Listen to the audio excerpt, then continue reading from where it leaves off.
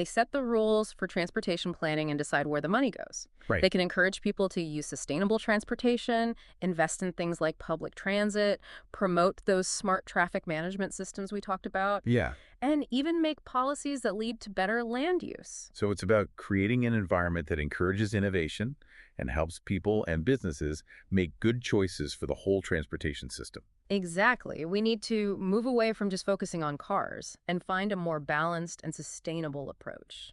But what about us?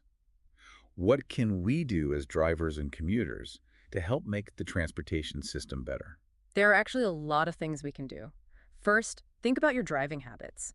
Be a defensive driver, keep a safe distance from other cars, don't get distracted, and be nice to other drivers. Those little things can really add up and make a difference in traffic flow. So be aware of how we drive. What else? Try not to drive alone all the time. Think about carpooling, public transportation, biking, or walking. Right. Even small changes in how you get around can make a difference. And of course, know what traffic is like before you go and plan your route. Absolutely. Use those navigation apps, check traffic reports, and be ready to change your route if you need to. It sounds like there's a lot we can all do to create a better transportation future. Yeah. But as we're wrapping up this deep dive, I'm thinking about the 100-kilometer parking lot again. It was such a crazy event, It really was. but it also showed how resilient people can be. That's true.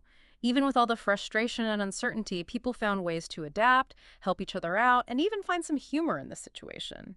It shows that we can handle tough situations Yeah, and find hope even when we're stuck in gridlock. I love that. Okay, I think that's a good place to end this deep dive. It's been a really interesting conversation. Thank you so much for sharing your knowledge with us. And to all our listeners, we hope you learned something new about traffic jams, what we can learn from them, and why it's important to work together to build a better transportation system for everyone. Absolutely. Safe travels, everyone. Makes you wonder, have we really learned from it? Are we Uh-oh. any better equipped now to deal with a transportation mess that big?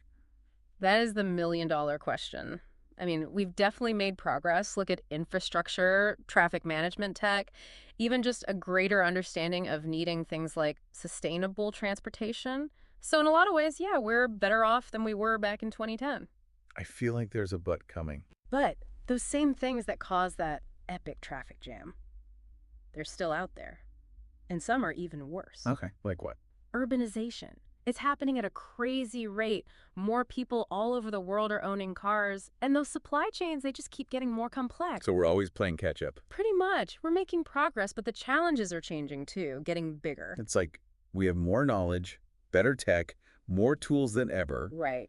but those massive disruptions could still happen. Exactly. And that's because transportation systems,